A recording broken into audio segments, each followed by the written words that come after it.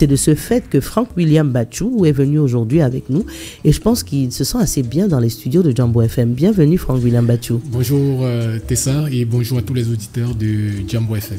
Voilà, on voudrait avoir toutes les casquettes. Moi j'ai accepté écrivain parce que c'était comme ça. Mais là je voudrais savoir quels sont les éléments qu'on devrait coller quand on dit Frank William Bachou. Il y en a plusieurs. Je suis digital manager. Je suis social media manager dans une entreprise de la place. Donc, au quotidien, je manipule les outils technologiques. Donc, c'est la plus grosse casquette que j'occupe, en fait, que je porte actuellement, au-delà de celle d'écrivain et aussi de consultant dans certains organismes de la place en termes de communication. Donc, je fais ce que comme quelqu'un dit, je fais ce que je vois et ce que je ne vois pas. Il fait ce qu'il aime. I think they have to say. That's why I wanted us to talk about it. You're doing what you like. You're young, you're in your continent, and you're doing what you like. And that is what is really particular about you. So tell us, why did you not think of traveling? You know that everybody has the opportunity to say, okay, in Cameroon is too much, in Africa is too much, I'm traveling. Why is Frank William Bachou still in Africa and still working in Africa? J'ai un slogan que j'aime bien depuis plus de 8 ans aujourd'hui qui dit on peut réussir au pays. Ça, c'est ma devise à moi. Certes, j'ai eu des opportunités à quitter le Cameroun, mais personnellement, je me suis dit, si tout le monde s'en va, qui sera là pour construire derrière? Donc, c'est l'une des raisons pour lesquelles j'ai décidé de rester. Peut-être que demain, je partirai, qui sait, mais avant de partir, il faut asseoir certaines bases, donner l'opportunité à ceux des cadets qui viennent après nous de savoir qu'on a un très beau pays, qu'on peut ensemble construire. Même si les aînés ont souvent dérapé, on croit qu'on peut encore relever la barque et c'est la raison pour laquelle nous sommes là, à donner le meilleur de nous chaque jour pour apporter ce qu'il y a de mieux en termes de visibilité et de meilleure image de notre pays à l'extérieur. Donc, on va dire que Frank William Bachou, aujourd'hui, c'est un cumul de beaucoup d'expériences qui essaye de prendre une dimension pour pouvoir exploiter cette connaissance-là. Oui, déjà, je l'exploite déjà et je mets aussi ces connaissances-là à disposition des autres pour ceux qui veulent bien, parce qu'aujourd'hui ça devient très compliqué de nos jours, contrairement à notre époque où on essayait d'écouter. On essayait d'écouter, on essayait de se rapprocher aussi des aînés pour mieux comprendre. Mais aujourd'hui, certes, on est dans le monde un peu plus ouvert avec les technologies, les open source qui existent, mais on a toujours besoin d'un plus expérimenté que nous pour pouvoir comprendre certaines choses. Moi-même qui suis à plus de 10 ans d'expérience, je me rapproche toujours des aînés pour comprendre certains manquements, pour pouvoir m'améliorer afin de donner le meilleur à ceux qui en ont besoin. Donc voilà ce que j'essaie de faire. Nous, à Africulture, on n'a pas de direction. On parle de tout. Là, on va poser une simple question. Est-ce que ça revient à dire que les jeunes d'aujourd'hui ont un problème parce qu'ils ne cherchent pas à se rapprocher de ceux qui pourraient les orienter? Le dire comme ça, ce sera insulter toute la jeunesse. Je ne dirais pas, il y en a qui ne veulent pas, mais il faut le dire, il ne faut pas stigmatiser toute la jeunesse en général, parce que moi, je suis encore jeune. Oui, bien sûr. Ce sera un peu se tirer une balle dans le pied, mais je dirais qu'en majorité, avec ce que nous côtoyons au quotidien, il devient de plus en plus difficile de rencontrer des jeunes qui acceptent s'ouvrir et apprendre de ceux qui étaient là avant. Donc ça devient très compliqué. Et ça devient compliqué parce qu'on n'arrive pas à passer le flambeau. Oui, le flambeau. Mais on fait l'effort et on a des sensibilisations qu'on continue à organiser, aussi bien en entreprise ou dans les écoles, pour essayer d'amener les uns et les autres à comprendre que peu importe le niveau de connaissance, l'érudit que tu peux être, tu as toujours besoin d'un plus ancien que toi pour pouvoir avancer. Et peut-être aussi quand ils voient l'allure assez jeune de Frank William Bachou, ils se disent que mais comment un jeune va aussi me former? Voilà, c'est intéressant parce que là, on se retrouve avec toi parce que il y a cette particularité. Depuis que moi, je côtoie Frank William Bachou, je voyais plus quelqu'un aguerri dans le monde des médias et tout. Et après, il y a ces œuvres-là, L'erreur de la nuit, et nous avons aussi Mapan, l'âme d'un aventurier. Oui. Voilà. Est-ce qu'on va dire que c'est une façon pour Frank William Bachou d'exprimer un peu, partager avec les autres son expérience, ou bien c'est juste l'univers qui se retrouve dans sa tête et il décide de les mettre dans des œuvres? Pour commencer, il y a d'abord Mapan, qui est un recueil de nouvelles. Ça, c'était la première expérience que j'ai menée et je voulais justement partager cette expérience-là avec la jeunesse et les mettre à l'abri, les prévenir de beaucoup de fléaux qui minent notre société. Dans ce recueil de nouvelles, ça c'est un recueil, en fait, quand je parle de recueil, c'est un ensemble de récits et de vécus quand je faisais encore du blogging au quotidien. Donc, ce qui fait que on parle d'immigration, on parle d'aventure, on parle de vol de bébés dans les maternités qui sont encore d'actualité de nos jours. Sont des expériences comme ça. Il y a la consommation de la drogue que j'évoque à l'intérieur. Donc, ce sont des expériences que j'ai vécues. Quand je parle, par exemple, de l'immigration, j'ai fait une aventure, par exemple, sur la route pour voir un peu comment les gens font pour arriver en Europe et pas la route. Je suis arrivé au Nigeria, j'ai essayé de vivre avec ceux qui ont mené cette aventure-là et qui, en coup de chemin, n'avaient plus d'argent. J'ai fait du pouce-pouce à Abuja pour voir un peu comment vivre au quotidien comment ils vivent au quotidien. Donc, et c'est autant d'expériences que je raconte pour dire aux jeunes, éviter de mener des aventures à risque de la sorte. Pour ceux qui vont dans la maternité, il faut être vraiment vigilant parce qu'aujourd'hui, il y a des vigiles, il y a des gardiens, mais on arrive toujours à soutirer un enfant dans un centre hospitalier jusqu'à s'en aller avec. Donc, c'est autant de conseils et de peu de conseils que j'essaie de donner à cette jeunesse-là pour essayer de les prévenir pour l'avenir. Mais moi, j'ai une question. Pourquoi Alvoie a choisi d'aller faire le pouce-pouce à Abuja alors qu'il y avait Lagos? Je crois que c'est l'endroit où je me suis retrouvé. Oui. C'est vrai que j'avais atterri à Lagos, mais j'ai décidé de continuer l'aventure qui m'a mené jusqu'à Abuja. Et à Abuja, je n'avais plus d'argent. Il fallait penser à comment rentrer. Et ça, c'est vrai. Il faut bien signaler. Parce que Abuja est un peu plus soft que Lagos. Oui. À Lagos, c'est comme... je ne sais pas, vous pouvez vous faire bouffer en plein jour. Personne ne réagit. Et si vous êtes encore un étranger et qu'on ressent que vous êtes un étranger, surtout si vous parlez que le français. Là, vous allez vivre un cauchemar. Ça devient difficile. Oui, donc il faut véritablement informer les jeunes. Peut-être on ne le fait pas assez parce qu'ils se disent que l'aventure, c'est un truc, on se lève et on va comme ça. Exactement. Parce que quelqu'un peut vous dépouiller, personne ne va rien dire. On va vous regarder et surtout si vous ne savez même pas parler, avoir les codes, quoi. Vous êtes foutu. Très, très foutu. Donc là, on va un peu donner le round-up qu'on a quand on prend une œuvre de Frank William Batchou. Là, c'est Mapan, l'âme d'un aventurier que je vous propose. Je vais vous donner un peu le round-up. Et c'est comme ça. Mapan, l'âme d'un aventurier. Le mois de février est habituellement béni par une belle couche de poussière. Au quotidien, le soleil darde farouchement ses rayons sur les villes du pays. Les décibels de la chaleur sont au summum de leur intensité, mais ce jour, tout semble anormal. Pas de chaleur. Soleil moins agressif. Pourtant, nous sommes toujours en pleine saison sèche. De manière subite et sans préavis, une forte averse embrase la ville aux 7 collines. Signe d'allégresse ou de tristesse, nul ne le dira. Mapan, l'âme d'un aventurier, sont des faits vécus au Cameroun et à l'étranger pendant les voyages et présentés sous forme de récits et dits avec ce langage léger, accessible à tous. Je crois que là, tout le monde a compris. Clairement, il faudrait voir comment vous prendre une de ces œuvres de Mapan. Et pourquoi cette couverture? Ça m'a beaucoup intrigué quand je l'ai vu. Ce monsieur qui est au bord de l'eau, pourtant on voit, ça a l'air beau. Qu'est-ce que ça veut dire? Pourquoi cette image? C'est une aventure. C'est une photo que j'ai prise à Mboué. Mboué, c'est un tout petit village non loin de Ekonkam. En fait, c'est l'autre versant d'Ekonkam. Okay. Et c'est dans un petit village où passaient la plupart des esclaves quand ils venaient de l'ouest. Okay. Il y a une route qu'on appelle la route des esclaves de ce côté-là. Okay. Donc j'ai mené une aventure là-bas où j'ai passé 4 jours. Et je me rappelle que le jour où je suis sorti, il n'y a pas d'électricité, il n'y a pas de réseau Internet.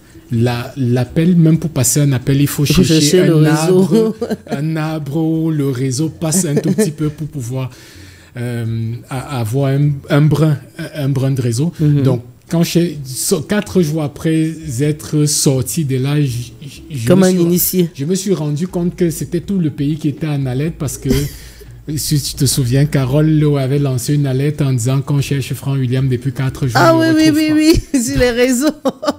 C'était parti de tous les côtés.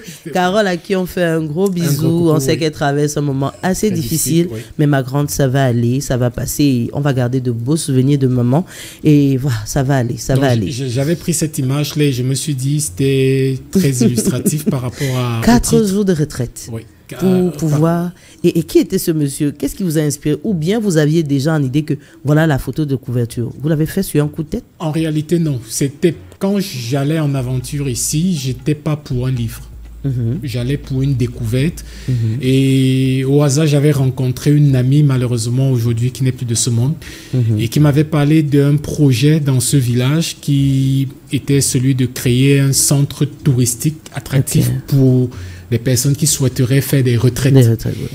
Et je suis allé là-bas pour découvrir le village. Et ce monsieur, c'est le chef de ce village-là. Ok. Donc, il me faisait découvrir les chutes, parce qu'il y a plein de chutes dans ce petit village-là.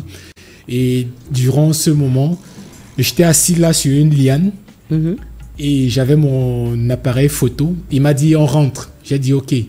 Lorsqu'il a pris la route, je me suis dit, ah tiens, ça c'est une belle image. Et ça c'est une belle photo. J'ai capturé comme ça. Et lorsque j'ai eu le projet du livre, j'ai proposé cela à la maison d'édition qui avait refusé au départ parce qu'elle avait proposé une autre en me demandant de payer avant d'utiliser mon image. Je lui ai dit, mais c'est mon image à moi. Mais ce que j'avais comme... chance dans le contrat que j'avais signé, c'était que je pouvais rééditer mon œuvre à votre façon, à ma façon, si je décide d'ajouter un autre texte dans ce recueil. Donc j'ai décidé d'ajouter un dernier texte et je l'ai réimprimé au Cameroun en mettant mon image à moi, donc qui était plus captivant que l'image d'un Européen et qui était en randonnée, qui était moins sympa dans ce que je racontais. Oui, c'est là on se sent plus concerné parce qu'on reconnaît un peu le chez nous dans ça. Exactement. Et c'est très important. Et là, voilà, c'est une belle occasion. Tout à l'heure, on va me parler des maisons d'édition parce que cette édition, c'est véritablement pour comprendre la lecture. Qu'est-ce qui nous entoure quand on parle de lecture. Donc là, c'était déjà la première œuvre qu'on vous proposait de Franck William Batchou. Et je pense que vous avez compris. C'est un jeune Camerounais, un jeune Africain, mais qui prend la peine de visiter les coins de son pays, de visiter des endroits. Ce n'est pas quand vous avez décidé que votre vie ne donne pas, que vous allez dire que je m'en vais dans tel coin. Non, de temps en temps, prenez sur vous de respirer. Oui. Ça vous permet de respirer. Quand vous sentez que les problèmes vont un peu vous saturer, sortez, déconnectez-vous. Comme il l'a dit, on a paniqué, on s'est dit qu'on a même kidnappé Franck William Batchou. Pourtant, il était allé se ressourcer. Et quand il se ressource, il ramène ceci. Donc, les jeunes de l'autre côté, sachez que les problèmes ne finiront jamais. La preuve en est, quand vous décédez, est-ce que les problèmes vous suivent? Ça s'arrête. Donc, vous allez vivre toute votre vie avec les problèmes. Trouvez juste un moyen de pouvoir respirer et de vous donner l'espace et réaliser vos rêves. Qu'est-ce que vous avez en tête? Lui voulait découvrir ce qui est autour des chutes et Camcom. Il y est allé. Et il a pris la peine de s'amuser aussi. Vous aussi, prenez de temps en temps la peine de vous ressourcer. Et peut-être vous allez finir avec un livre. Parce que vous savez, quand vous mettez vos pensées dans un livre, demain, il peut être un best-seller qui va vous faire des entrées. Exactement. Il peut être quelque chose qui va inspirer d'autres personnes. Donc, nous sommes là pour vous présenter tout ce qui est comme opportunité sur notre continent. Et même notre guest pour cette édition, vous comprenez, c'est un jeune comme vous et moi. C'est quelqu'un qui s'investit et qui a dit qu'il ne va pas lâcher pour le moment. Il tourne. Mais il revient toujours au continent. Très, très compliqué. Mais surtout entre les intellectuels. Intellectuels. Bon, qu'est-ce que c'est qu'un intellectuel pour toi? Parce qu'au Cameroun, on en voit des vertes et pas mûres. Personnellement, c'est quelqu'un qui a assez de connaissances et qui peut mettre à la disposition des autres en termes après avoir fait autant de recherches. Non, c'est pas un diplôme. Non, pas forcément. Il y a des...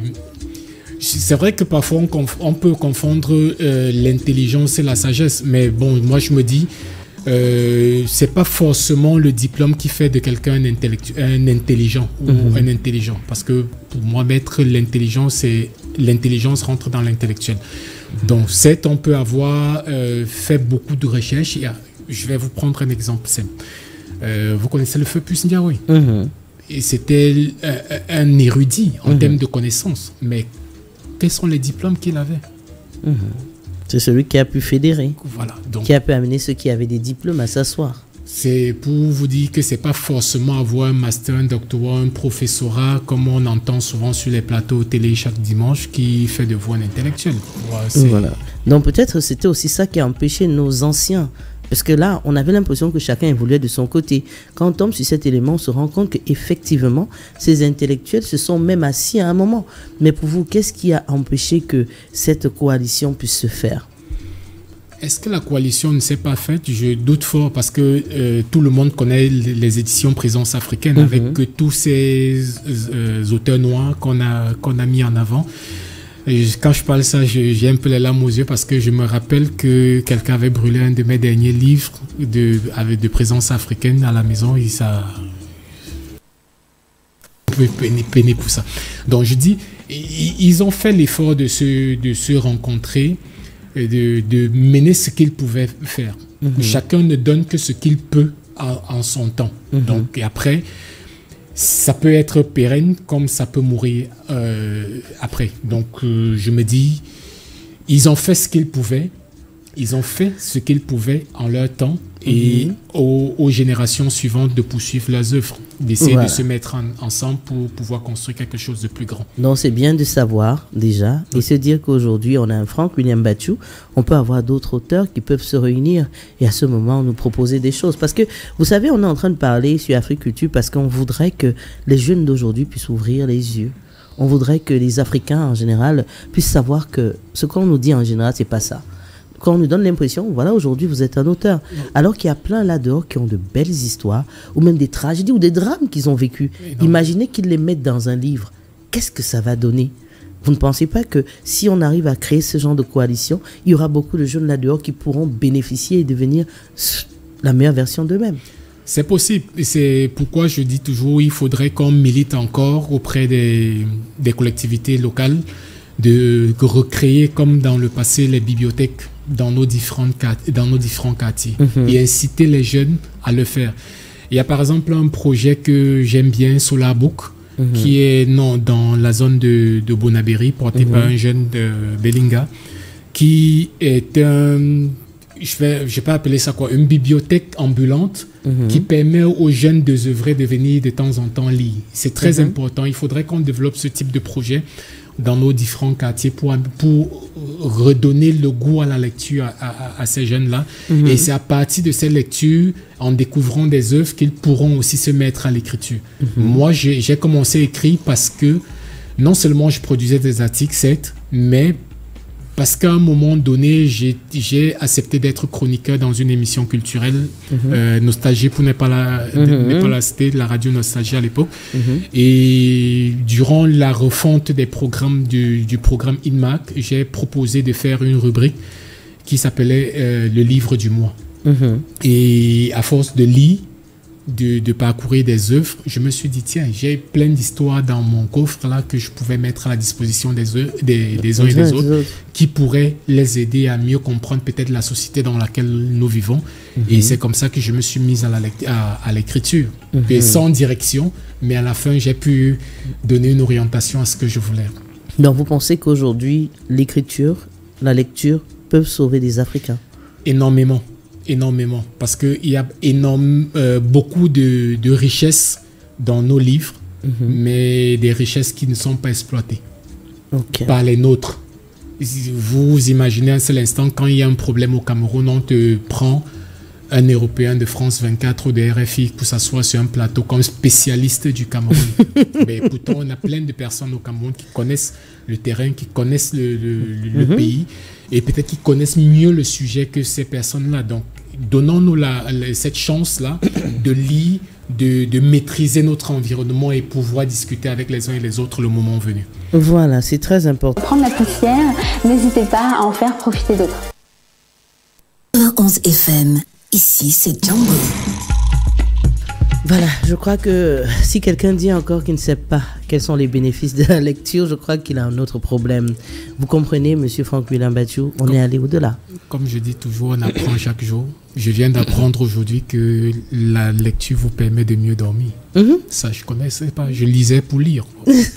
Mais sans savoir que c'est un bénéfice important sur notre ce que vous lisez avant de dormir aussi impacte votre sommeil. Ça aussi. C'est très important. C'est très important de savoir. Et aussi comprendre que dans notre vie, il y a des gens qui sont plus auditifs que matériels. Quand je parle d'auditifs, c'est des gens qui préféraient plus les livres audio. Et alors que d'autres, comme moi, aimeraient bien avoir du palpable sous la main, souligner des mots, chercher des définitions, et ainsi de suite. Donc, ce sera toujours important. Même si il y a tout ce développement technologique aujourd'hui d'avoir les versions audio, les versions vidéo d'un livre. Il faudrait toujours, à mon avis, avoir une version papier. Le palpable. Oui, pour pouvoir conserver dans sa bibliothèque et souligner quand il y en a besoin. Et là, c'est important, ça nous signale qu'il y a des personnes qui vont vous dire « je n'aime pas lire ». Pourtant, ce n'est pas ça le problème. C'est juste qu'il faut détecter le type de lecture qui cadre avec son besoin. Voilà. Et là, on a compris qu'aujourd'hui, il y a des personnes qui vont suivre. Peut-être même il y a d'autres qui ne supportent pas l'audiobook. Ça aussi. Voilà. Pourtant... J'ai du mal à suivre l'audiobook pendant 10 minutes. C'est très compliqué pour moi. Ou vous déconnectez. Je me déconnecte. Parce que vous voulez tourner les pages. Ça aussi. Vous voulez sentir... Comme je vous ai dit, ça c'est un livre par exemple que je suis en train de lire. J'aime bien avoir un crayon à l'intérieur, parfois même un bout de papier où je prends des notes. Quand je trouve un mot nouveau que je ne maîtrise pas, je note, et de retour à la maison je prends un dictionnaire pour vérifier à quoi ça renvoie et voir comment, je peux l'utiliser demain dans un autre texte. Et ça vous grandit. Exactement. Voilà, mesdames et messieurs, j'espère que vous avez aussi découvert avec notre invité qu'il est possible d'utiliser la lecture sur beaucoup de formes. La lecture aussi est là parce que ça vous permet d'arranger aussi votre vision des choses, parce que ça vous permet de comprendre d'autres personnes, parce que ça vous met aussi à la place de l'autre. Exactement. Comme vous avez suivi, on développe aussi de l'empathie. Parce qu'on ne peut pas vivre toutes les circonstances. Mais quand vous entrez dans un livre, c'est là que vous découvrez l'univers, vous découvrez d'autres personnes, vous découvrez ce que d'autres ont vécu. Et je pense que quand un livre est bien décrit, où on donne les émotions telles que ça se doit, vous, quand vous allez rencontrer quelqu'un, il ne va pas comprendre pourquoi vous le maîtrisez. C'est parce que vous avez compris à travers le livre ce que les autres vivent. Et vous avez plus de compréhension sur comment les gérer et les laisser venir. Et je pense que c'est là que nous facilitons notre façon de vivre ensemble. Exactement. Entre nous, dans la société. Dans la société, oui. Voilà, donc ladies and gentlemen, we hope that you're really enjoying what we are giving out, because we're trying to tell you that reading is part of our lives. We need to read, because when you read, you grow actually, and when you grow, you help others to follow you. And at that time, when you go through a book, as we were told, you have audiobook as well as the paper version. You know, somebody can tell you that he doesn't like to read, but take time to understand which way should be used for him to be able to read. Even your child back home, make sure that you give him the right books. The earlier you give him the books to read, automatically you're sure that the child is going to be open. And also, we told you, you can learn and know how to write better, know how to talk better, and know how to find yourself with others, and know how to use words, because it's through reading. It was all told to us this morning, and I hope that you're taking time to enjoy what we are giving out to you. To ask you, can you not disconnect yourself for some minutes and take a book and try to change your universe? I think that we gave you all the details, the impact, the importance of reading. It's something that is going to make you grow. It is so simple because it's accessible to everybody. At that time, we feel that it's not good. But having a book, yes, reading a book is very important because it opens up. Et ça tue un peu cette pensée qu'on dit que les Africains ne lisent pas beaucoup, n'est-ce pas? Qui a dit que les Africains ne lisent pas? Maintenant, il faut définir. Les Africains lisent, mais définir qu'est-ce qu'ils lisent. N'est-ce pas? C'est ce qu'il y a. Peut-être qu'ils ne lisent pas beaucoup les livres, mais ils lisent beaucoup. Ils lisent beaucoup. Beaucoup. Ils lisent beaucoup quoi alors? Ils sont aujourd'hui sur Internet ou sur leur smartphone, en train de lire ce qui est écrit à gauche et à droite. Donc ils aiment plus des buzz, des trucs qui... Exactement. Bon, on va dire qu'ils lisent, mais ils ne lisent pas ce qui... Voilà. Qui n'apportent pas une plus-value à leur mais est-ce que ce n'est pas à l'écrivain aussi de voir comment produire ce qui va attirer, ou bien voir une autre façon de présenter l'œuvre? La manière de présenter l'œuvre, oui, mais aussi, ça ne dépend pas toujours de l'écrivain. L'écrivain est un peu comme le musicien, c'est un créateur. Il crée son œuvre et il y a des gens qui doivent les vendre. Ok.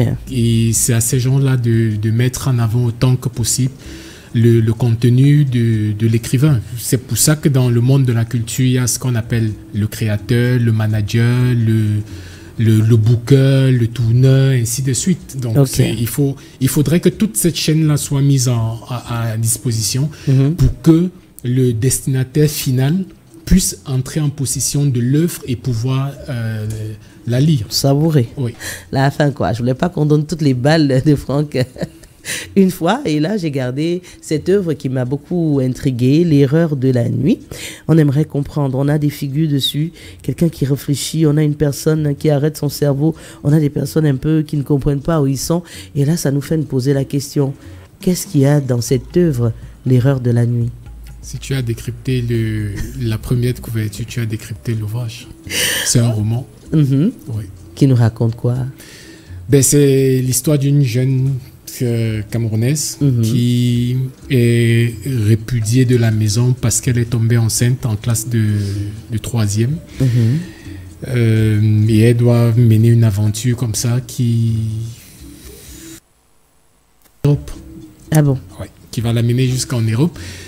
Et son rêve, ce qu'elle imaginait n'est pas toujours ce qui se passe. Donc, les turpitudes de la vie conjugale, de la vie en société, et ainsi de suite. Donc, mais elle finit par trouver son chemin. Est-ce que c'est un bon chemin? C'est le chemin positif ou négatif? Cherchez le livre. Et là, moi, je fais toujours des petits récaps parce que c'est important. Et là, on va vous faire le récap de L'erreur de la nuit de Frank William Bachou. C'est très simple. Aucune voix pour lui répondre malgré son insistance. La belle époque des dialogues entre les prophètes et autres saints de la Bible est révolue. Victoire les connaissait par cœur pour avoir lu et relu sa Bible. Sa foi chrétienne s'était avérée grandissante au fil des ans. Ses proches la connaissaient comme chrétienne pratiquante reconnue. Elle avait appris la bonté et la justesse du grand barbu, le Père Georges, le patron de cette église dans laquelle elle se rendait régulièrement. Il ne cessait de lui rappeler combien Dieu est riche en bonté, qu'il est lent en action parce que son temps est le meilleur. Victoire avait connu ce religieux pendant une période de dépression due à ses multiples situations de crise conjugale. À travers ses multiples conseils, il jouait pratiquement le rôle de psychologue personnel de la jeune dame. Il organisait parfois des psychodrames pour aider sa fidèle patiente à sortir de cette impasse dans laquelle elle était engouffrée. Ce psychologue circonstanciel lui faisait toujours comprendre que cette couronne d'épines invisible sur sa tête ressemblait parfaitement à celle portée par le Christ sur le chemin de Golgotha. Ça, c'est très intriguant, quoi. On se demande comment est-ce que ce prophète, est-ce qu'il est simple? Est-ce qu'il a finalement profité? Bon, moi, je ne dirais rien. Je vous demanderai. Je ne sais pas s'il a profité, mais à la lecture de l'œuvre, vous saurez s'il était bon scologue ou mauvais scologue. Ouais, ça, c'est intriguant. Et je crois que ça touche un peu notre société. Oui, c'est vraiment une histoire réelle et romancée de la société que j'ai essayé de mettre en texte pour pouvoir, comme je le dis toujours, sensibiliser cette jeunesse et surtout nos cadettes. Et après la sortie de ce livre, il y a une chanson de Mimi qui est sortie, Petite Sœur. Et ça cadre un tout petit peu avec l'histoire de l'histoire qui est derrière. Donc il faut prendre les conseils, il faut les mettre en pratique parce que la vie de dehors n'est pas ce que tu penses. Ok, c'est cool ça. C'est assez intéressant. Si vous voulez découvrir, là, ce que je regarde, c'est que ici, dans ma panne, L'âme d'un aventurier de Frank William Bachou, nous avons les éditions Muse. Oui. Et quand on vient maintenant sur L'erreur de la nuit, on a Élite d'Afrique comme éditeur. Oui. Donc, ce sont des changements. Oui, ce sont des changements parce que le contrat qui était avec le premier n'était pas un contrat sur plusieurs ouvrages. C'était sur une seule production. Et c'était une expérience unique que je voulais partager parce que c'était le tout premier éditeur qui m'avait écrit comme ça. Je les connaissais pas. Et un beau matin, j'ai reçu un mail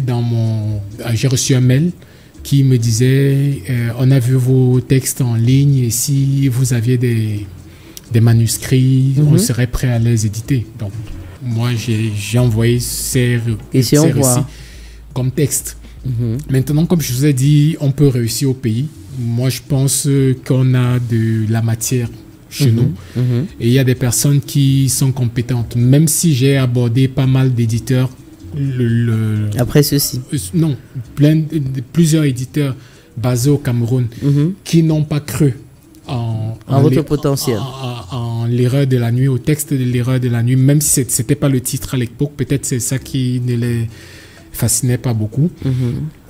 Qui n'ont pas cru en cet ouvrage-là, et jusqu'à ce que je tombe sur cet éditeur basé à Tchang, dans la partie ouest du pays, qui, après lecture, m'a dit c'est très intéressant, c'est ce type de contenu que nous recherchons, dont nous sommes prêts à travailler avec vous. Donc j'ai accepté, et voilà comment on a décidé de collaborer pour qu'il me produise cette première de couverture, pour moi, qui est une œuvre d'art.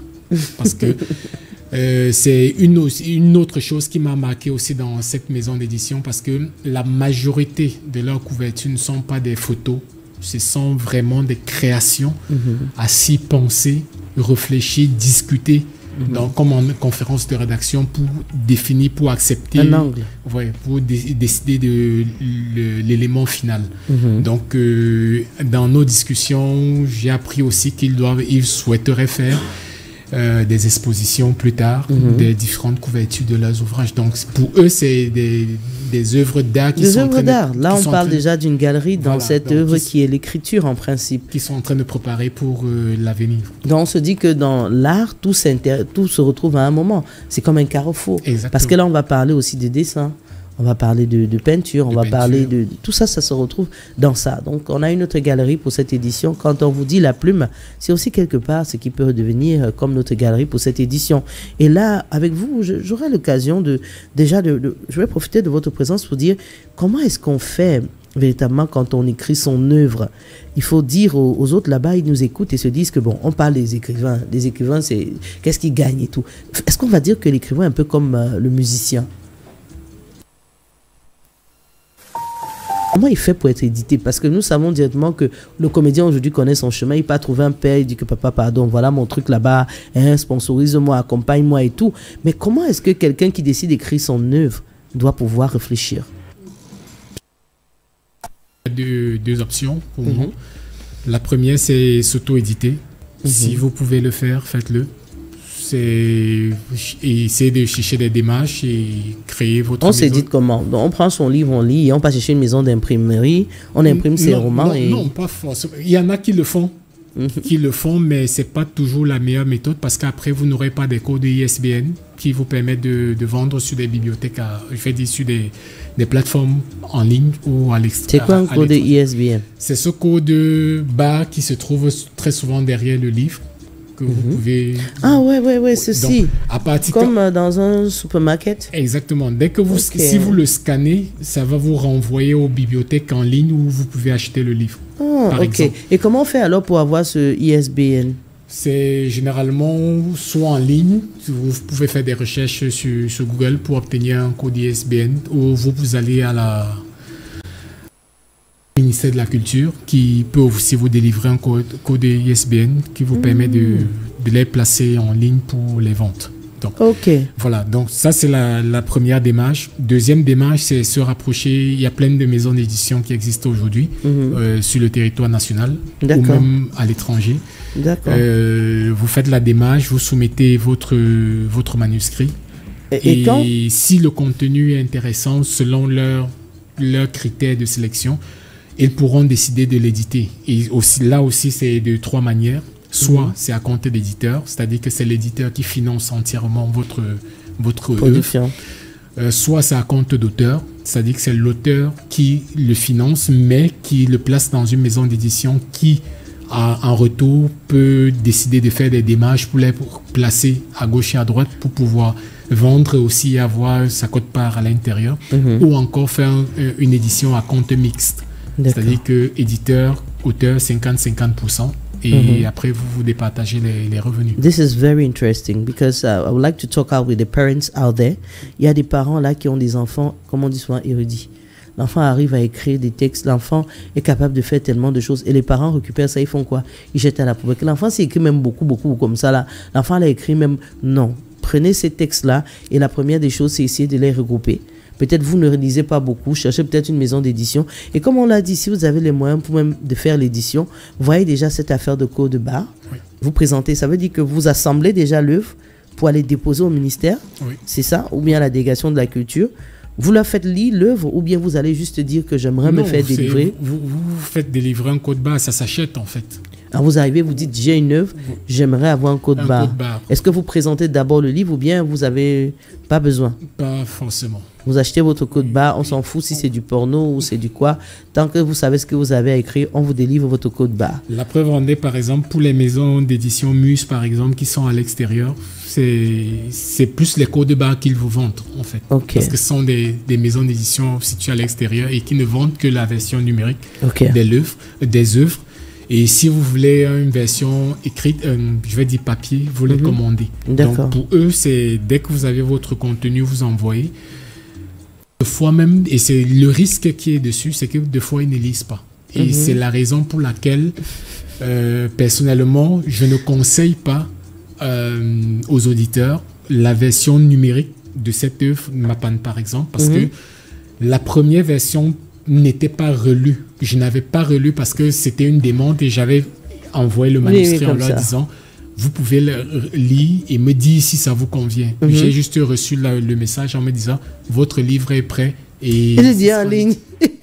Mais comment vous aviez fait? Vous aviez lu? Ils me disent non, c'est pas un problème. Et quand je prends la version numérique, quand je reçois la version numérique, première ligne, première faute, je dis attends, c'est pas moi ça. C'est pour ça que je leur ai dit. Non, si vous voyez les fautes, c'est pas Frank Williams. Chaque fois que quelqu'un m'écrit en me disant est-ce que ton livre en ligne, je lui dis il y a une version en ligne, mais c'est à votre risque et péril si vous prenez. C'est pas moi ça. C'est pas mon livre. Il y a les dangers dans tous les secteurs. C'est pas la même couverture. C'est mon nom qui est dessus, mais c'est pas moi. Donc, faites très attention. Si vous voulez la version numérique du livre que moi j'ai, je peux vous l'envoyer, mais pas celle qui se vend en ligne. Désolé. Voilà, on a une information assez cruciale. Donc, faites très attention. Si vous voulez travailler avec un éditeur qui vend en ligne et qui est à distance, prenez la peine de vous faire relire. Il y a des relecteurs au Cameroun aussi. Hein. Donc, il y a des gens qui sont prêts à relire, faire des critiques, vous demander d'améliorer X ou Y choses dans votre ouvrage, corriger des coquilles s'il y en a, parce qu'il y en a toujours. Il y a des fois, vous écrivez ce qui est dans votre tête, mais pas ce qui est sur le papier. Donc, vous avez l'impression de l'avoir écrit, pourtant, c'est resté dans votre mémoire. Donc, vous prenez la peine de soumettre à des gens qui les sont experts dans le domaine. Même s'ils ne sont pas experts. J'avais un enseignant qui nous disait, quand vous avez rédigé un texte, donnez-le même à un enfant lambda de relire. S'il commence à vous poser des questions, sachez qu'il y a quelque chose qui cloche. Donc, prenez la peine de relire et voir ce qu'il faut réajuster. Ok. C'est très important à savoir. You are not small. You are somebody who can bring something to your country, to your culture. And it's important to know that you are part of it. Je crois que Frank et William a aussi suivi. On peut apporter quelque chose, peu importe ce que nous avons, en principe. Oui, c'est ce que je disais en l'entame de cette émission concernant la culture, par exemple, ou la lecture, d'apporter le peu que nous pouvons en créant des structures de lecture dans nos différentes zones de résidence pour permettre à ces jeunes qui sont plus attachés aujourd'hui à leur téléphone qu'à autre chose et qui pensent que nos racines ou nos aïeux étaient des sorciers, qu'il y a énormément de choses qu'on gagne en se rapprochant de d'où l'on vient. Oui, et c'est pourquoi de temps à autre, malgré toutes les occupations qu'on peut avoir, que je me rends toujours au village pour me ressourcer. Parce que c'est important. C'est très important. Il y a des parents qui disent, je n'envoie plus mon enfant. Bon, si vous avez ces petits coins où l'enfant peut rentrer et apprendre dans le silence, je crois que ce sera une très belle initiative. On espère que tous ceux qui pensent avoir atteint un certain niveau en société, si vous pouvez rentrer dans nos petites communes, nos petits villages, créer ces petits coins où l'enfant peut venir et s'épanouir le temps des vacances, où on va profiter aussi pour lui enseigner un peu. Ou même relancer tous ces festivals qui existaient chez nous. Aujourd'hui, c'est mort. C'est mort. Oui. Plus, quand vous entendez même festival, c'est plus la foi que... Oui, avant, quand on parlait du mois d'août, C'était tout le monde qui cherchait comment il va avoir un week-end pour descendre. Oui. Tout le village vous attendait. C'était même l'occasion où on avait des mariages. Exactement. Où des jeunes avaient l'occasion de se rencontrer, de savoir quelles sont nos valeurs et savoir que telle personne comprend effectivement qui je suis et pouvait facilement se retrouver Il y à... avait ce qu'on appelait les camps. C'était les camps où on prenait des enfants, on partait les balader familles, dans les villages, on organisait des soirées de contes. Voilà. Au moins pendant 2 semaines, ils rentraient chez eux. Oui. Donc, aujourd'hui, c'est rare. Quand vous dites, on prend des enfants pour aller, on dit, ah, Ça, c'est la sorcellerie. Ah. Et si par malheur, la voiture a un petit accident en route, ton avenir en Afrique est bousillé. Mesdames et messieurs, vous êtes sur Jambo FM avec Afrique Culture. C'est Franck William Bachou qui est notre invité pour cette édition. Et nous avons commencé à parler des maisons d'édition. Et là, tout de suite, on va vous donner des astuces sur comment choisir votre maison d'édition. C'est tout de suite, on écoute cet élément et on se retrouve juste après.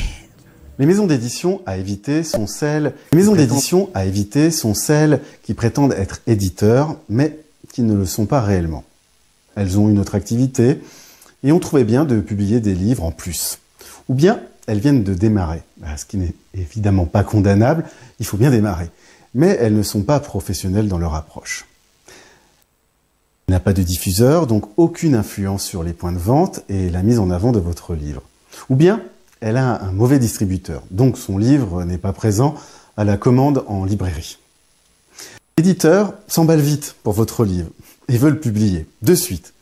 C'est inquiétant, car un éditeur doit être exigeant, avoir des commentaires, il doit souhaiter comprendre votre contexte et le pourquoi du comment de votre livre. La structure de la maison d'édition est un auto-entrepreneur, alors ce qui signifie qu'il n'a pas suffisamment de moyens. Or, un bon éditeur doit avoir quelques moyens en œuvre pour diffuser et valoriser votre livre. Vous n'avez pas de contact téléphonique avec l'éditeur. C'est inquiétant, car il est difficile de régler par email tous les sujets critiques, correction du manuscrit, couverture, avaloir, tirage, etc. L'éditeur n'est pas référencé à la FNAC. Être référencé à la FNAC comme Amazon, c'est la base pour un éditeur. Vous pouvez télécharger, si vous le souhaitez, le bonus 20 idées qui marchent pour promouvoir son livre sur le site publiersonlivre.fr ou tout simplement en cliquant sur le lien sous la vidéo. Alors, des listes de maisons d'édition à éviter. Tous les auteurs cherchent des listes de maisons d'édition à éviter. S'il est possible d'en trouver sur Internet, ces listes seront toujours incomplètes, malheureusement. De plus, il est difficile de tenir ces listes à jour, car les maisons d'édition évoluent et leurs gérants aussi. Voilà. Est-ce que Franck William Bachou est d'accord avec ça? Il faut être toujours prudent dans chaque chose qu'on fait, que ce soit même dans le monde de l'emploi. C'est pas forcément la première personne qui vous sollicite qui est la bonne personne. Et toujours, il faut discuter et être un tout petit peu psychologue et même sociologue dans la tête pour analyser son vis-à-vis et voir si effectivement ça peut matcher entre vous deux. Donc, la maison d'édition, c'est pas une personne, c'est une personne morale, mais il y a des représentants physiques qui existent. Donc, en discutant, vous pouvez savoir si oui ou non vous êtes en mesure de collaborer avec cette maison d'édition. Donc, faut toujours prendre du temps. Et quand il dit que faut être connu à la FNAC. Non, d'abord que les nouveaux, il faut éviter, faire très attention aux nouveaux. On commence toujours quelque part. Si vous ne commencez pas par 1, vous n'arriverez pas à 10 ou 20 ou 30. Qu'est-ce que c'est qu'une mauvaise maison d'édition en fait? Pour moi, c'est une maison d'édition qui vous promet ciel et terre, mais qui ne peut rien réaliser. Qui ne peut pas mettre du budget dans votre œuvre. C'est vrai aussi qu'une œuvre doit être une œuvre est commerciale. Donc, si l'éditeur ne se rend pas compte qu'il peut gagner quelque chose dans votre travail, il ne s'engagera pas à le faire. Et c'est où je vous ai parlé tout à l'heure de 3 options en termes d'édition. L'édition à compte éditeur, l'édition à compte d'auteur ou l'édition mixte. Aujourd'hui, très peu de maisons d'édition vous feront des éditions à compte d'éditeur. c'est même très rare aujourd'hui. La plupart vous proposent toujours soit à compte mixte, soit à compte d'auteur. Expliquez-nous un peu, compte éditeur, compte mixte, pardon. Je vous ai dit tout à l'heure, le compte éditeur, c'est l'éditeur qui finance entièrement. Lui-même. Vous lui soumettez votre manuscrit, il lit, et il se rend compte que c'est intéressant, il peut avoir des possibilités de le placer, de placer votre livre un peu partout et les vendre facilement. Donc, il s'engage à financer l'entièreté, c'est-à-dire la conception, l'impression et la distribution. Ça, c'est le compte d'éditeur. Vous vous asseyez, lui il vend et il vous donne votre code-part. Ça peut être du 80-20 ou du 90-10. Ça dépendra de vos accords. Et votre aura d'auteur. Parce que si vous êtes un auteur qui a une certaine ancienneté et une certaine régularité dans les ventes, et ça peut être même du 50-50. Ça dépendra de vos différents accords et votre aura. La deuxième option, c'est à compte auteur. C'est-à-dire que vous vous rapprochez d'une maison d'édition. Elle accepte de vous éditer en vous donnant l'opportunité d'utiliser son nom pour éditer votre livre. Ça veut dire que vous remettez de l'argent à l'éditeur qui imprime votre livre et vous récupérez vos livres et vous les distribuez vous-même. Et c'est un peu ce que je fais. Parce que pour moi, c'est avoir une certitude que vous contrôlez l'entièreté de votre commande. De votre travail, oui. De votre travail. Contrairement à l'édition, à compte d'éditeur, où très souvent, on vient vous dire depuis qu'on a sorti votre livre, là, on n'arrive même pas à vendre. Pourtant, vous retrouvez les exemplaires à l'extérieur. À gauche, à droite. En train d'être vendus. Donc, c'est autant de choses. Avoir la même mise. Et maintenant, à compte mixte, c'est que vous aussi, l'impression, la conception et l'édition, et même jusqu'à la vente, c'est peut-être 1000 francs. L'auteur apporte 500 francs et l'éditeur apporte 500 francs. Et si la quantité éditée est de 100 exemplaires, vous distribuez 50-50 exemplaires ou vous décidez de les placer à la FNAC ou dans les autres librairies. Et dès que les ventes sont effectuées, vous rentrez dans vos frais. Chacun, vous distribuez les revenus. Voilà. Qu'est-ce qui est l'orientation de vos œuvres? Qu'est-ce qui vous inspire?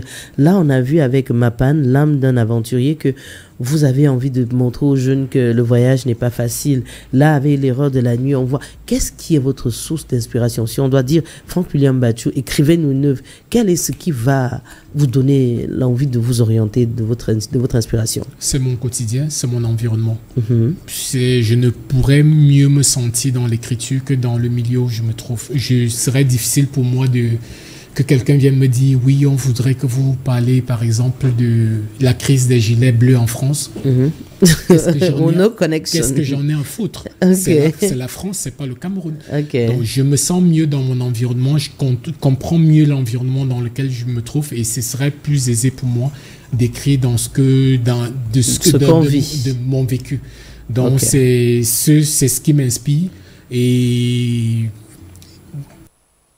dans mon sommeil aussi, il y a des idées qui me viennent. Donc, vous êtes déjà, vous rêvez souvent. Quand vous rêvez, vous vous levez, vous commencez à écrire. Et deux fois. Il y a des fois, je me lève et je prends soit mon téléphone ou une feuille et je griffonne ce qui m'est venu en esprit pour ne pas l'oublier. Parce que ça peut m'aider dans un chapitre du livre. Donc, ça veut dire que vous qui êtes à la maison, sachez que tout ce que vous vivez, ça peut vous inspirer. Mettez ça dans un livre. Tout le monde ne sait pas. Envoyez ça dans les maisons d'édition. On ne sait jamais. Ça peut être le best-seller demain qui va changer votre vie. Ne pensez pas que votre richesse va venir de très loin. Ça viendra toujours de vous. Parce que l'Afrique, elle nous a donné tout ce qu'il y a pour qu'on puisse s'épanouir et exister indépendamment de tout ce qu'il y a autour de nous. Vous n'avez pas la possibilité d'être là 24 heures sur 24. Vous ne savez pas ce qui entre dans la tête de votre enfant. Oui, c'est ce jeune petit Africain qui sera, comme on dit, le fer de lance de demain. Donc, prenez la peine d'abreuver lui, de lui donner ce qui va être comme élément essentiel. Cet élément, ce facteur qui va faire de lui l'homme indépendant qui demain pourra tenir votre main, sauver pas seulement le pays ou bien le monde, monde, sauver votre village, apporter un plus à votre environnement. Ça dépend de vous, ça part de là. C'est de ça que nous parlons dans cette édition sur Africulture. Oui, vous êtes sur Jumbo FM 91 et on vous donne l'occasion aujourd'hui de comprendre l'impact, la place de la lecture. Ils sont là nombreux, vous allez les voir. Jeune homme bien présentable, agréable. Qu'est-ce qui fait de lui cet homme agréable? Ce n'est pas toujours ce que vous les parents vous donnez, c'est aussi ce qui l'entoure. Donc arrangeons-nous à donner l'essentiel pour que l'enfant puisse s'épanouir. Oui, rappelez-lui qu'il est un Africain et qu'un Africain a une culture, un Africain a des traditions et vous ne serez pas là tout le temps. Donnez-lui les éléments pour pouvoir le faire grandir. Et vous avez vu, nous avons tellement d'auteurs africains. Nous avons Frank William Batchou qui est avec nous aujourd'hui, qui démontre encore que les Africains sont capables de proposer quelque chose d'intéressant, quelque chose qui puisse épanouir les uns et les autres. Il a pris la peine, il a vécu des expériences, il a mis dans un livre. Oui, toi qui nous écoutes aujourd'hui, saisis cette opportunité de t'asseoir, de dire quels sont ces moments que je traverse, qu'est-ce que tu as comme histoire. Quand on s'arrête, Frank William Batchou, dans un bar aujourd'hui ou dans un coin, on entend tellement des histoires incroyables. Prenez ces histoires-là, faites-en des livres, asseyez-vous, écrivez. Et vous allez voir le temps que vous êtes en train d'écrire, vous êtes en train d'utiliser positivement votre temps. Et nous, oui, nous qui sommes là, nous sommes prêts à vous lire parce que nous aimons ce qui est beau. Nous aimons ce qui va nous apporter un plus. Même les livres d'horreur, ils ont des auteurs, ils ont des personnes, des lecteurs. Oui, chaque livre a son lecteur. Voilà. Peu importe le style. Voilà. Que ce soit un livre d'horreur, policier, livre policier. Même érotique. Érotique et autres. Il y a toujours un lecteur quelque part qui pourra vous lire. Donc, l'histoire que vous avez vécue, qu'est-ce qui vous dit que ce n'est pas une façon qu'on vous c'est pas un message qu'on vous a envoyé pour que vous puissiez avoir la possibilité de devenir aussi riche? Parce que vous allez dire, je n'ai rien pour devenir riche. Mais à la fin, ouvrez les yeux. Nous sommes sur le continent des opportunités. Qu'est-ce que vous avez vécu? Qu'est-ce que vous pouvez partager? N'hésitez pas. Oui, c'est ça. On veut vous ouvrir les yeux. C'est pour ça qu'on a eu cette édition pour parler de culture et lecture. Vous avez besoin de ces éléments pour vous faire une vie différente de celle que vous vivez. Même moi qui vous parle là, je sais qu'à un moment, il va falloir que je regroupe tout ce que j'ai comme écrit pour pouvoir faire un livre, parler d'expérience, partager avec les autres, leur permettre aussi de grandir. Et quand vous rendez service, quand vous faites en sorte que ces personnes aussi puissent grandir, qu'est-ce qui se passe? Ils achètent vos livres et vous permettent aussi de vous faire une vie. Donc, nous sommes là et entre nous, Africains, nous partageons et nous pouvons partager même dans l'expérience, même dans les livres. Mesdames et messieurs, vous êtes sur la bonne fréquence, rassurez-vous. Ici, nous parlons de ce qui nous fait grandir, qui nous fait traverser les étapes de succès. Arrêtons un peu de parler des choses négatives. Let's forget the negative things that they celebrate every day, they tell us every day. Let's talk about the positive people, what they do. Et voir cette lame-là de Imana ici, ça vous fait comprendre que quand vous vous battez pour votre rêve, quand il se réalise, c'est un moment de joie. C'est ça le bonheur intense, quoi. Pour lui, je suis sûr que tu présentes même les millions, ça ne passait pas comme cette joie de voir qu'il a été accepté dans des cercles fermés de son domaine. Et je crois que c'est quelque chose que nous devons présenter un peu très souvent au monde, n'est-ce pas, Frank William Batchou? Effectivement, il faut bosser, bosser sans arrêt, parce que comme je dis souvent, vous ne savez pas le jour, vous ne savez ni le jour ni l'heure où le succès se pointe à votre porte. Et si le succès se pointe à votre porte, vous n'êtes pas prêt, ça s'en va. Et regardons un peu l'histoire d'Imana ici. Ça, c'était notre rubrique podium. Imana ici, c'est cet homme qui a eu tellement de succès. Imaginez que quand il arrête de faire les créations, il se consacre à faire un livre. Je crois qu'on va vers les best-sellers. Ce sont des millions à venir encore. Encore. Et je suppose que c'est dans la mode, le domaine de la mode. Bien sûr. Mais l'histoire de l'homme, de l'Africain, imaginez maintenant qu'il raconte son parcours. Il a fait 8 ans sans papier. Oui. Déjà, il peut déjà sortir un livre pour raconter son expérience de son papier. Et maintenant, il va raconter son parcours. Et là, maintenant, il peut parler de son intégration. Donc, imaginez le nombre de livres, de romans. Et ça rentre dans le secteur du développement personnel. Hein, bien sûr. Que les gens négligent. Ne voient pas de la sorte, mais c'est déjà un développement personnel. Comment être parti de zéro pour arriver quelque part. Il ne faut pas toujours parler de monnaie, argent. Mais à partir de rien, on peut développer sa carrière, développer sa visibilité. Et c'est derrière cette visibilité-là qu'on gagne son dû. Voilà. Et là, je voudrais dire, même celui qui fait la moto actuellement, vous imaginez les gars là, ils ont des histoires. Hein? Énormément. Imaginez qu'ils s'assiedent et prennent le temps chaque soir. Ça, c'est un travail sur lequel je disais, je vais travailler après le roman sur lequel que je suis en train d'écrire. Peut-être le titre sera La thérapie du motoman. Je ne sais pas. Parce que chaque fois que vous empruntez une moto dans la ville de Douala, il y a toujours une histoire que ce gars te raconte. Ce qu'il a vécu ou ce qui va arriver. Je sais pas comment. Mais je crois que ce sera la thérapie du motoman. Imaginez que chacun, il rentre à la maison et il fait une chronique. Qu'il présente des faits et après il vient trouver un éditeur pour raconter ses histoires. Vous ne pensez pas qu'il y en a qui sont millionnaires, ils ne savent même pas? Il y a beaucoup d'argent qui rôde sur la tête des gens. Ils ne savent pas. Imaginez, vous êtes quelqu'un, vous avez vu, vous vous êtes déplacé, vous êtes allé au Nigeria, vous avez vu ce qui se passe là-bas, vous avez vu comment, et là vous avez écrit un livre. Imaginez celui qui est sur la moto et ce qu'il voit tout le temps. Ce qu'il vit comme expérience. S'il peut vous raconter son quotidien, mais imaginez, ça je dis, l'Afrique a tellement de ressources, tellement de moyens de devenir riche. Je ne sais pas ce qu'on demande encore. Quelqu'un va laisser cette opportunité de s'asseoir, faire le récap de sa vie et voir comment proposer aux éditeurs. Il va laisser tout ça aller en mer. On attend que le coach vienne d'ailleurs pour venir te dire que non, comme tu vois, il faut... Alors que le coach ne peut même pas, n'a même pas vécu. Oui. Il n'a même pas vécu ce que toi tu as vécu. Tu es capable de dire à ce coach des choses que lui-même ne pouvait pas imaginer. Il y a des gars qui vivent des situations incroyables. Il y a l'autre qui te dit, j'ai porté la fille, après j'ai découvert au cimetière que c'était une autre. Mais attendez, imaginez qu'on vous raconte cette histoire-là. On n'a pas besoin de faire des pages et des pages. On a juste besoin de raconter une histoire et de bien la ficeler. Ce sont des récits. On a des personnes qui peuvent faire des relectures. Imaginez, vous êtes assis et que vous pouvez raconter ça. Nous, on adore le Congo ça. Hein? On adore le Congo ça, c'est ça que les gens lisent le plus. Alors faites votre Congo ça, mettez dans une œuvre, je vous rassure, tout le monde va acheter. Vous allez même vendre des œuvres numériques, vous allez les vendre même sur support. Ça va aller très vite. Et là, je pense à Ernestine, j'oublie son autre nom. Ernestine, elle écrit très bien et j'espère la voir avec nous très prochainement. J'avais eu à lire, je crois que je l'avais interviewée une fois, et Ernestine aujourd'hui, c'est un phénomène. Elle écrit, vous lisez, et je vois, elle est du côté de Paris depuis un certain temps. J'espère qu'on aura l'occasion de la voir ici sur une autre antenne pour qu'elle nous raconte son parcours. Elle écrivait et on avait l'impression que véritablement il y avait quelque chose qui se tramait. Et aujourd'hui, elle vit pleinement de son art. Voilà, Frank William Batchou, je crois que nous sommes au terme de notre émission. Qu'est-ce qu'on peut dire là? Oui, c'est 2 heures. Hein? Ça passe très vite. Ah là là, bon, dites-nous, là, quel est le conseil que vous envoyez aux jeunes qui vous écoutent et qui quelque part aimeraient aussi vivre un peu comme vous? Je dirais qu'il faut croire en soi. La croyance en soi n'est pas forcément l'orgueil, mais il faut croire en soi, croire en ses capacités et essayer pour ceux qui veulent devenir écrivains par exemple, de se mettre au travail, écrire sans cesse, parce que chaque chose qu'on rédige aujourd'hui peut être un succès demain, on ne sait jamais.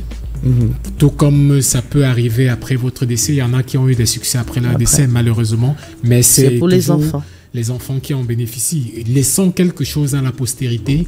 Il ne faudrait pas qu'après notre passage sur Terre, on dise qui est-ce qui a vécu ici. Il faudrait au moins qu'on laisse une trace sur cette terre et une trace positive, je veux dire. Voilà. Donc, et avant de... soyez libre dans votre pensée, soyez libre dans vos écrits et faites-vous aider le reste de temps en temps. Écrivez. C'est important d'écrire. Et lisez aussi de temps en temps. Oui, c'est ça qu'on va lire après. Monsieur Frank William Batchou, est-ce que vous pouvez nous dire un truc en votre langue maternelle, un petit mot en votre langue maternelle?